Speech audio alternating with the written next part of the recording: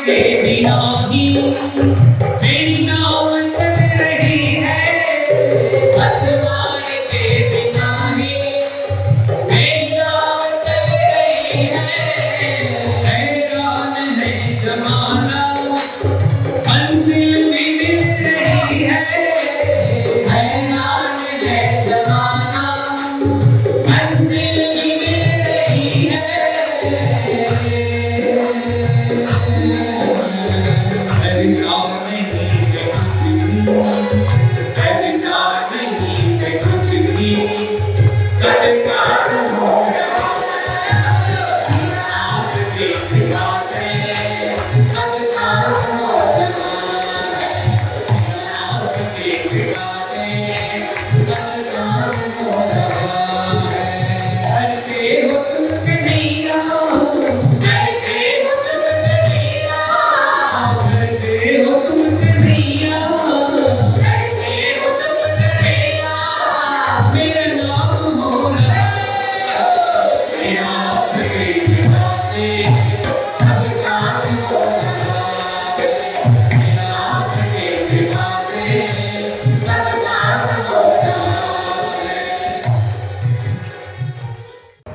देखिए, मात्सर्य संस्कृत में एक शब्द होता है, मात्सर्य, ईर्ष्या। ईर्ष्या का कोई कारण नहीं है, लेकिन उसकी साड़ी मेरी साड़ी से अच्छी क्यों? यद्यपि आपकी साड़ी अच्छी है, लेकिन उसकी साड़ी मेरी साड़ी से अच्छा क्यों? करुष एक छोटा सा राज्य था। पहले क्या हुआ करता था कि छोटे छोटे राज्य रहा करते थे, जैसे मगध, मथुरा, द्वारका, ऐसे ऐसे राज्य हुआ करते थे। उसी तरह से करुष भी एक राज्य था। उसके राजा बहुत ही बहादुर, दो अक्षौहिणी सेना, जैसे आज बटालियन आप कहते हैं ना, ऐसे ही अक्षौहिणी का एक मीटर अलग था, दो अक्षौहिणी सेना। लेकिन उनके मित्र थे काशीराज। काशीराज उनके पास 5 अक्षौहिणी सेना थी। क्या मैं इस संदर्भ को और तुलनात्मक ढंग से और स्पष्ट करूं तो कौरवों के पास 13 अक्षौहिणी सेना थी और पांडवों के पास 7। तो ये जो 2 अक्षौहिणी और 5 अक्षौहिणी यानी 7 अक्षौहिणी के बल पर ये राजा पता नहीं क्यों कृष्ण से ईर्ष्या करता था। नाम उसका आपको निश्चित है जिज्ञासा होगी। नाम था उसका पौंड्रक। उस राजा का नाम था पौंड्रक।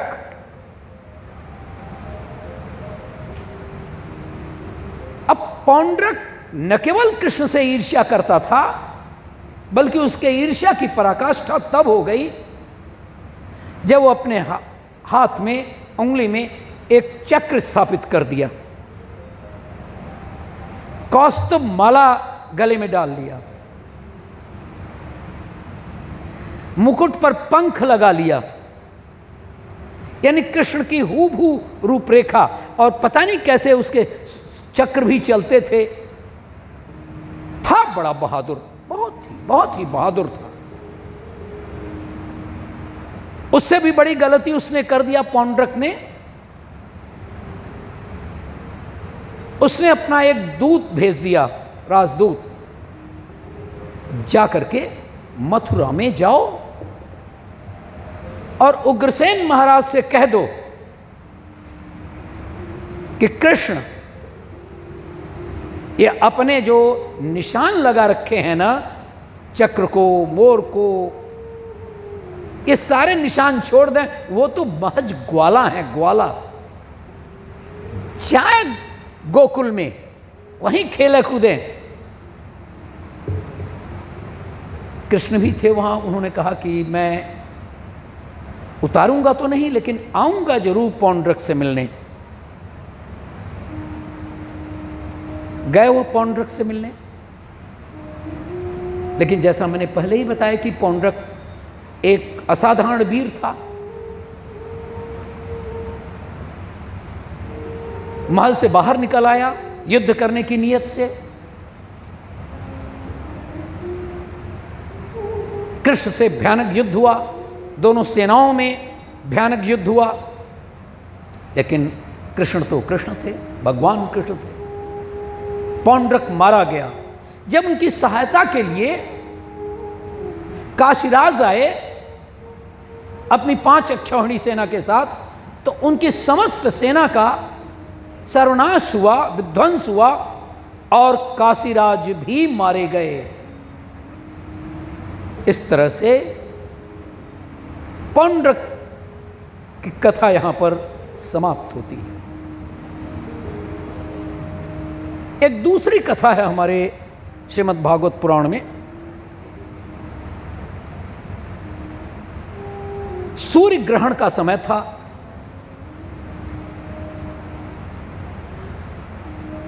और आज भी कुरुक्षेत्र में बहुत बड़ा मेला लगता है। आज भी वो ऐसा ही मेला जैसे कुंभ का मेला। और अपार भीड़। उस समय द्वारकाधीश थे श्री कृष्ण, अपने लोगों के साथ रथ पर चले गए कुरुक्षेत्र में मेला देखने। और उनके जो सैनिक थे सामने मार्ग में जो भी भीड़ थी उसे हटाते जाते थे।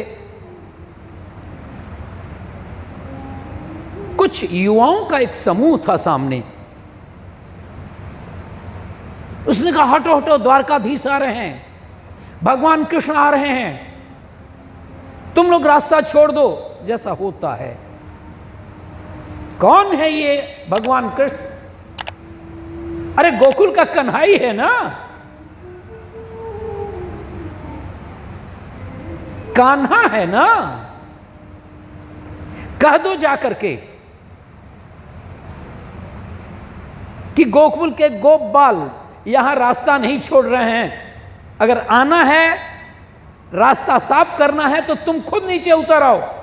क्या बात कर रहे हैं? सैनिक गए। कहे साहब ये युवकों का एक समूह है, बड़े उदंड हैं। क्या बात है?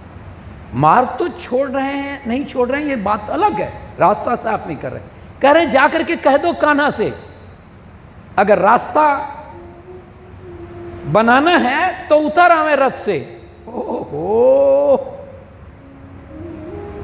कन्हई का बचपन के मित्र सखा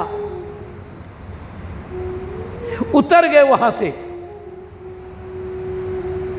और फिर सब लोग जो एक दूसरे से गले मिले, कहां कन्हई, इतने दिन तक कहां थे? अगर कुरुक्षेत्र में ये मेला नहीं रहता तो आज तो तुम द्वारकाधीश हो गए हो ना, हम लोग तो नहीं तुमसे मिल पाते। ठीक कहते हो भाई, ठीक कहते हो सखा, ये मेरी गलती है। राजकाज में ऐसा हो गया, फिर भी आप लोगों को भूलना नहीं चाहिए था, और भूला भी नहीं। बलराम भी उतर गए। कैसे आए तुम लोग, कैसे यहां तक आए? क्या बसदेव बाबा भी आए हैं, माता देवकी और रोहिणी भी आई हैं, और मैया यशोदा भी आई हुई है। ओहो, चलो ले चलो उस जगह पर जहां पर कि हमारे बसदेव बाबा हैं, जहां पर माता यशोदा है, मां देवकी है, माता रोहिणी है। ले चलो हमें। फिर क्या था, उन युवकों का पूरा समूह भीड़ आगे बढ़ चला, पहुंच गए। बलराम और श्री कृष्ण भी देखते ही देखते बहुत दिन से वसुदेव अपने लला को नहीं देख पाए थे। आज की बात नहीं है कि प्लेन से उतर जाए और चल जाए, या तो योग बल था या पैदल और रथ था। आकर के जो भी मिलता और फिर उसके बाद अश्रुधारा बहती, कृष्ण रोते, बलराम रोते, यशोदा और माता रोहिणी रोती, देवकी रोती, वसुदेव रोते। एक बड़ा ही कारुणिक दृश्य था। वसुदेव ने कहा, कृष्ण और बलराम, तुम लोग तो भगवान हो गए हो। बड़ा मुस्कुराते रहे। ये मुस्कुराना भी लिखा हुआ है भागवत पुराण में। ऐसी मेरी वक्तृता ही नहीं है। मुस्कुराते रहे। क्या ठीक है बाबा, लेकिन हूं तो मैं, हम लोग आपके लड़के ना, इन पांव में मेरी जगह है। पिता बेटा जन्म दे सकता है, बेटा भगवान हो सकता है, लेकिन पिता भगवान नहीं जन्म दे सकता है। हम तो आपके पुत्र हैं। देवकी मन ही मन पता नहीं क्या सोच रही थी और रोए जा रही थी, मेरा बेटा भगवान हो गया है। कहे, कृष्ण सुना तू उज्जैन गया था गुरुजी के पास? बलराम तू भी गया था? हाँ माते गया था। और वहां यह भी सुना कि तुमने गुरुजी के बेटा जो मर गया था उसको तुम जीवित वहां से लौटा लाए।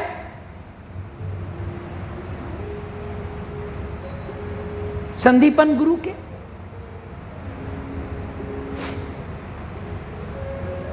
हम आते, ये बात सही है, लौटा लाया था। तब तो सच हो गया कि तू भगवान है। मां फिर कहता हूं, मैं भगवान नहीं, मैं तुम्हारा बेटा हूं। बोल तो क्या कहती है?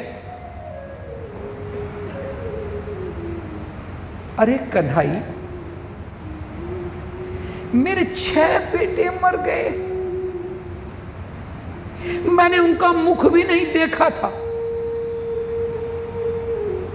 और तू भगवान है, तुम्हारे पास भगवान की समस्त सामर्थ्य है। ए लाला, मेरे उन 6 बेटों को भी ला दे, मैं देखना चाहती हूं। मजाल क्या कि कृष्ण के लिए तो एक उदाहरण था। कृष्ण ने कहा, ठीक है माता, मैं जा रहा हूं। चले गए सुतल लोक, जहां आप लोग जानते हैं सुतल लोक में राजा बलि थे। जब वामन अवतार हुआ था तो उनको सुतल लोक दे दिया था। जैसे ही बलि ने देखा कि भगवान कृष्ण हमारे दरवाजे पर आए हैं, कल्पना करिए कि उनका भगवान जो वामन भगवान थे, वो उनके दरवाजे पर तुरंत चरणों पर गिर गए, पांव पखारने लगे। क्या धन्य है मेरे भाग्य, आज हमारे भगवान हमारे दरवाजे पर पधारे हैं। बोलिए प्रभु, हम तो किसी सेवा के योग्य नहीं, लेकिन क्या सेवा करूं आपकी, मैं तो दर्शन ही पाकर के कृतार्थ हो गया। देखो, पहले अब यहां से थोड़ा और ध्यान दे दीजिएगा। असुर राज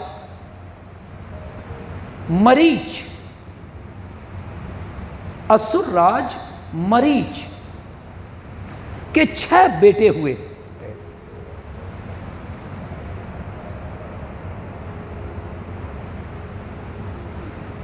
और ये 6 बेटे जब ब्रह्मा जी सरस्वती के रूप पर मोहित होकर के उनका पीछा करने लगे, तो वे 6 लड़के हंस दिए। ब्रह्मा जी का अपमान था ये। सरस्वती जी तो आगे बढ़ गई, लेकिन उनके क्रोध की सीमा नहीं रही। जब आदमी गिल्ट में रहता है तो उसे और क्रोध आता है, खासकर उन पर जो हंस देते हैं। उन्होंने शापित कर दिया कि तुम लोग जाओ, राक्षस कुल में पैदा होगे।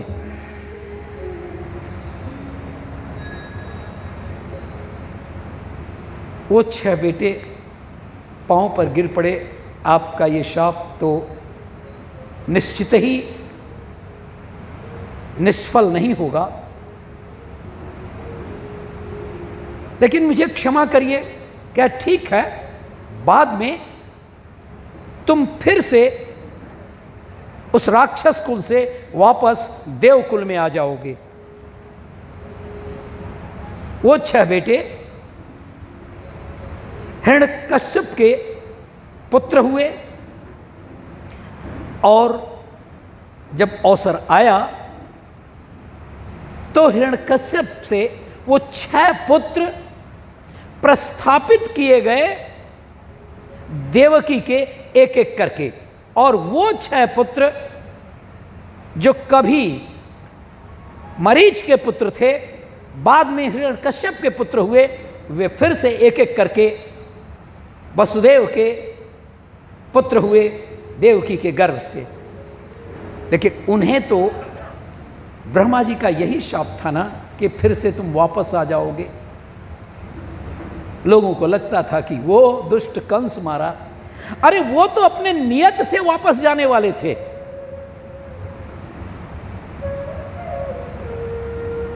जैसे 7 वसु गंगा जी ने, 7 वसुओं को गंगा जी ने नहीं प्रवाहित किया था, वो 7 वसु तो जाना ही था। शांतनु भले ही दुखी होते, मैं जरा इधर आ गया हूं, फिर आ रहा हूं वापस। इस शांतनु भले ही दुखी होते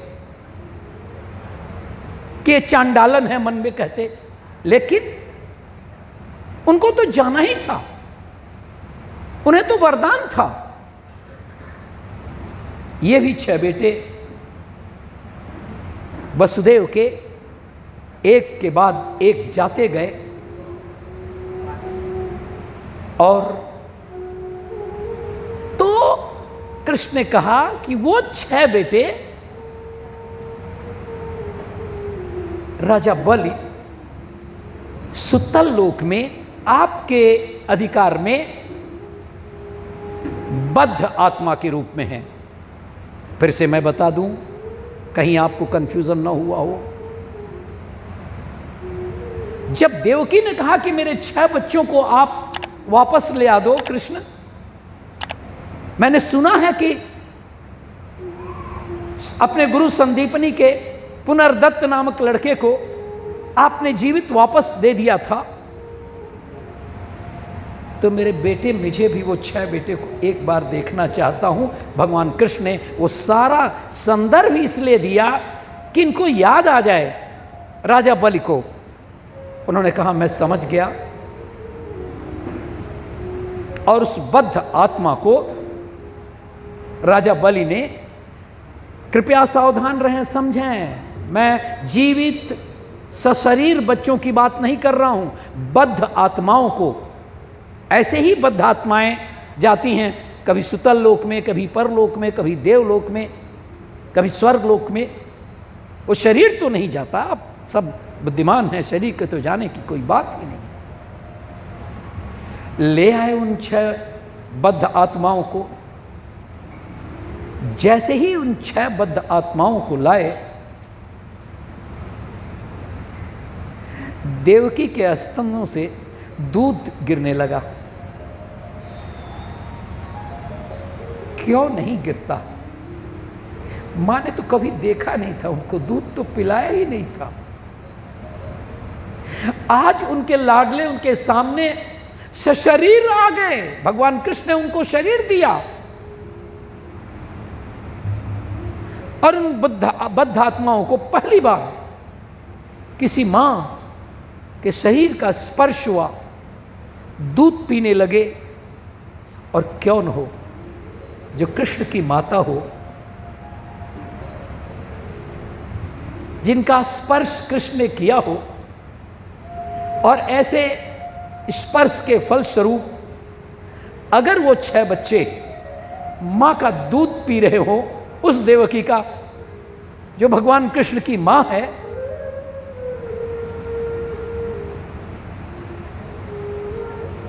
बहुत निहाल हो गई माताएं बहुत अच्छी तरह से सोच सकती हैं कितना निहाल हो गई होगी जिन 6 पुत्रों को कारागार में रहते हुए जन्म दिया और दुष्ट कंस ने जिन्हें मार दिया था।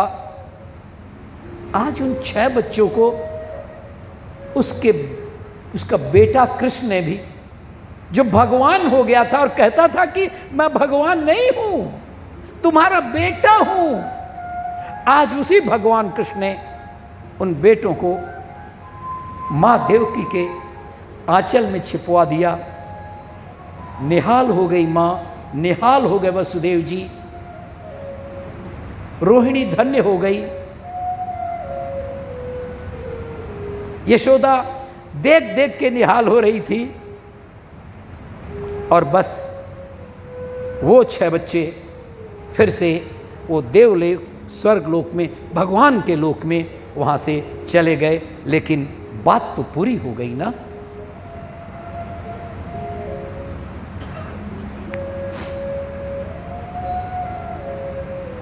एक तीसरी छोटी सी कथा है। मैं तीसरी कथा के बाद आप लोगों को अवसर दूंगा। सही चल रहा हूं मैं, 5 बजे तक आज मेरी कथा है। 5 बजे के बाद आरती होगी, आरती के बाद से ये प्रसाद भोग होगा। वो कन्नौज का महान विद्वान,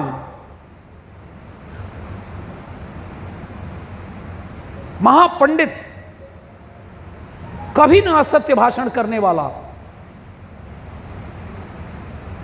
लोगों के साथ बड़ा अच्छा व्यवहार करने वाला, विद्वान, कुलीन ब्राह्मण, नित्य की पूजा के लिए जंगल गया, जंगल में पुष्प लिया, लौटा और घर पर उसका विवाह भी हो गया था। बड़ी कुलीन, बड़ी अच्छी सुंदरी उसकी पत्नी भी थी।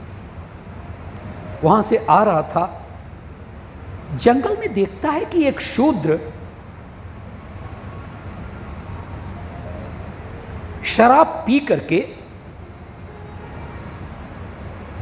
एक वेश्या जो अर्धनग्न थी उसको अपने आलिंगन में लिए हुए है।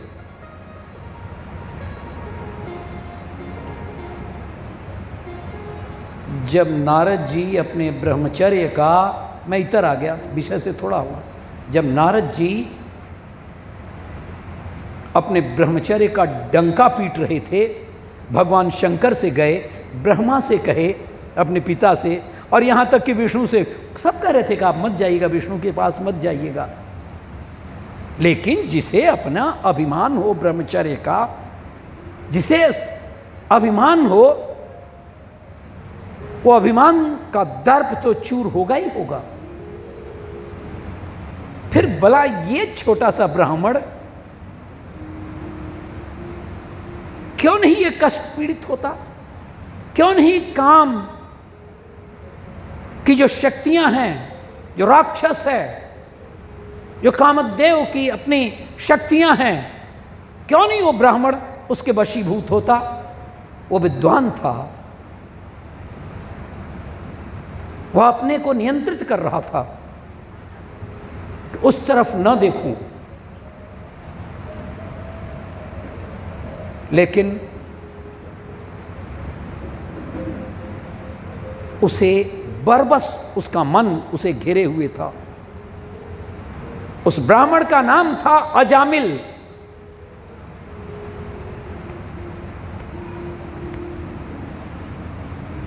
अजामिल अब घर आया।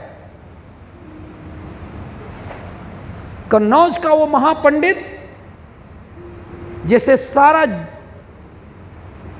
उसके इर्द गिर्द सारे लोग उसे महापंडित के रूप में जानते थे, वो कामांध हो चुका था, व्यसनी हो चुका था, शराबी हो चुका था, जुआड़ी हो चुका था, क्योंकि एक दुर्गुण तमाम दुर्गुणों को आमंत्रित करता है। अब उसने उस शूद्र को मार पीट करके भगा दिया और उस वेश्या को अपने घर ला दिया और अपनी वो कुल नारी, अपनी पत्नी को उसने भगा दिया। अब वो वेश्या और ये अजामिल, महापंडित अजामिल, अब दुष्ट अजामिल अपने घर पर रहने लगा। दिन रात काम की वासना उसे उत्तेजित किए रहती। अरे जब राजा ययाति अपने बेटे से, पुरु से यौवन मांगते हैं इसी कामांधता के कारण, तो फिर ये सामान्य सा पंडित अजामिल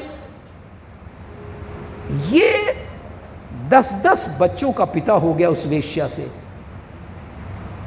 10-10 लड़कों के। सबसे छोटे लड़के का नाम था नारायण। जब वो 88 वर्ष का हो गया, करीब करीब अब मृत्यु अत्यंत सन्निकट हो गई थी, जब बोलने की उसमें शक्ति नहीं रही। एक ऐसी अवस्था मृत्यु के पहले होती है कि मनुष्य का वचन नहीं निकलता, बोलता नहीं है, लेकिन मरा भी नहीं रहता, प्राण चलते रहते हैं। जब वो स्थिति में आ गया वो, तो यमराज के 4 धुरंधर पास आ गए, 4 पार्षद आ गए और इनको अपने पास में बांधने लगे। अंदर ही अंदर वो बोल उठा, अंदर अंदर, आवाज बाहर नहीं, नारायण नारायण नारायण। अपने छोटे बेटे को बहुत ही प्यार करता था। कहा नारायण जल्दी आओ। नारायण के पास आवाज पहुंच गई। नारायण ने कहा कि दौड़ो, मेरा कोई भक्त व्याकुल है, उसके पास जल्द पहुंचो। उसके 4 पार्षद नारायण के सामने आ गए। क्या करता है ये? जल्दी से उनके पास को हटाया, फेंका, कहा हटो, दूर हटो, क्या बात करते हो?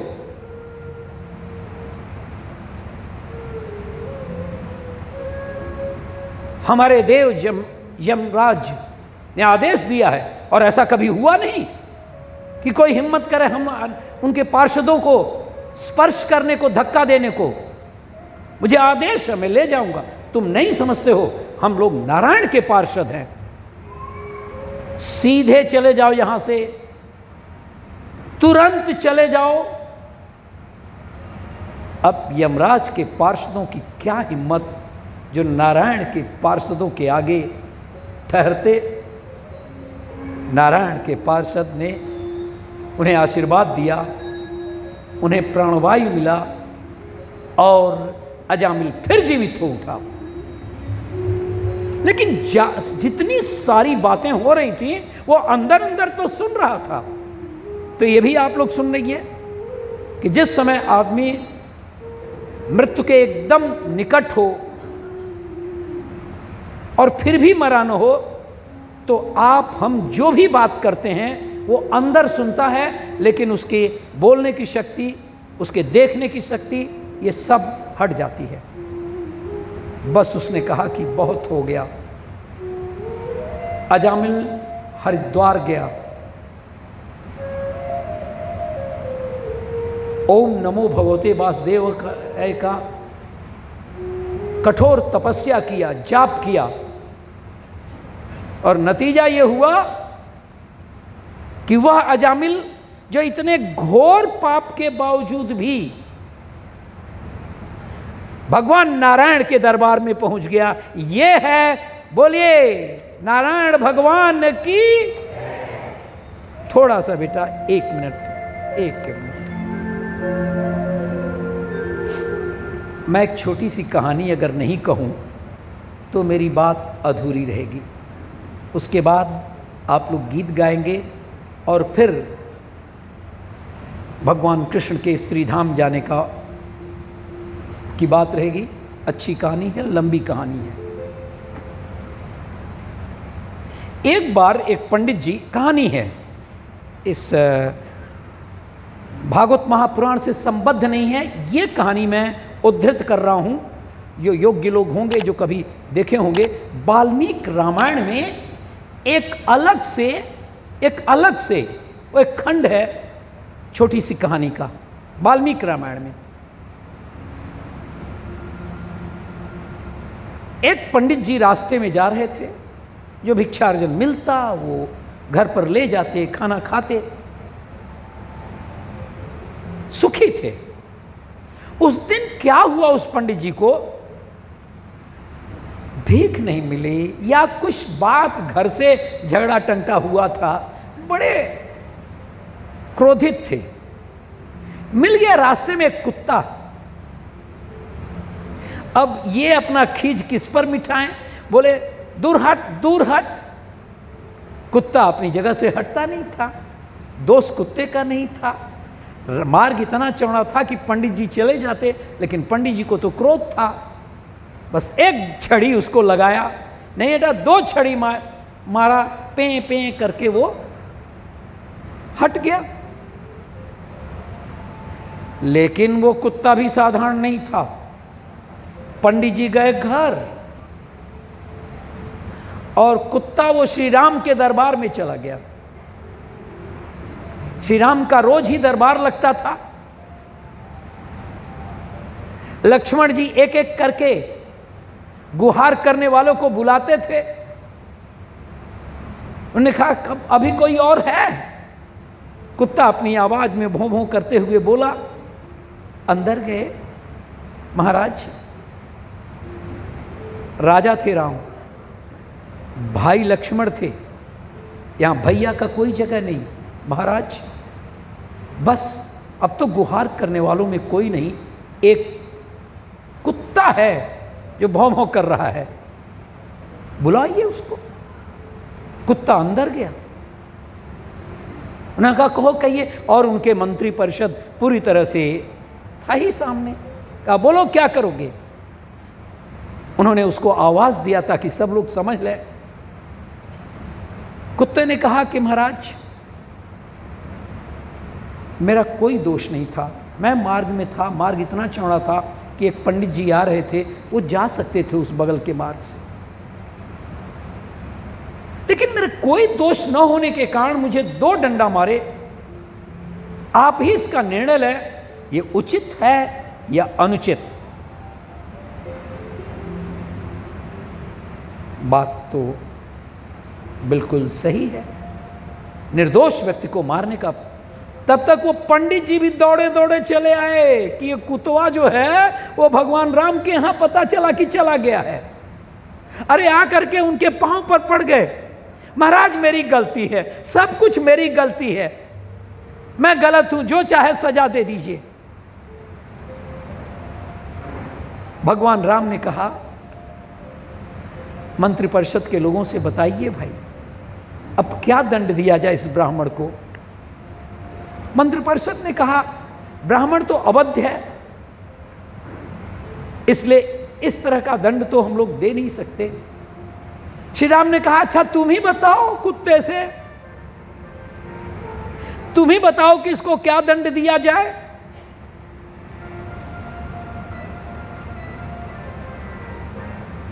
कुत्ते ने कहा महाराज, एक बहुत बड़ा जो मंदिर है जहां सैकड़ों हजारों लोग आते हैं, उसके महाराज जो हैं वो अब नहीं है, वो जगह खाली है, इनको उस स्थान पर बैठा दिया जाए। और कहां तुम दंड मांग रहे थे और कहां उनको तुम महंत जी बना रहे हो? ये कैसा? तुम बड़े दयालु हो। महाराज मैं दयालु नहीं हूं,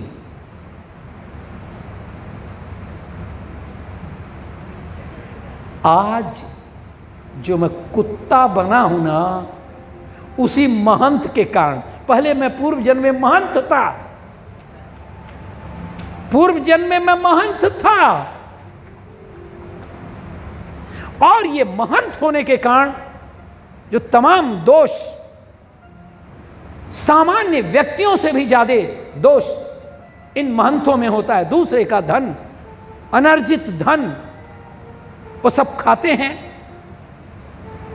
और दूसरे जन्म में वो कुत्ता ही होते हैं। आप मुझे देख रहे हैं।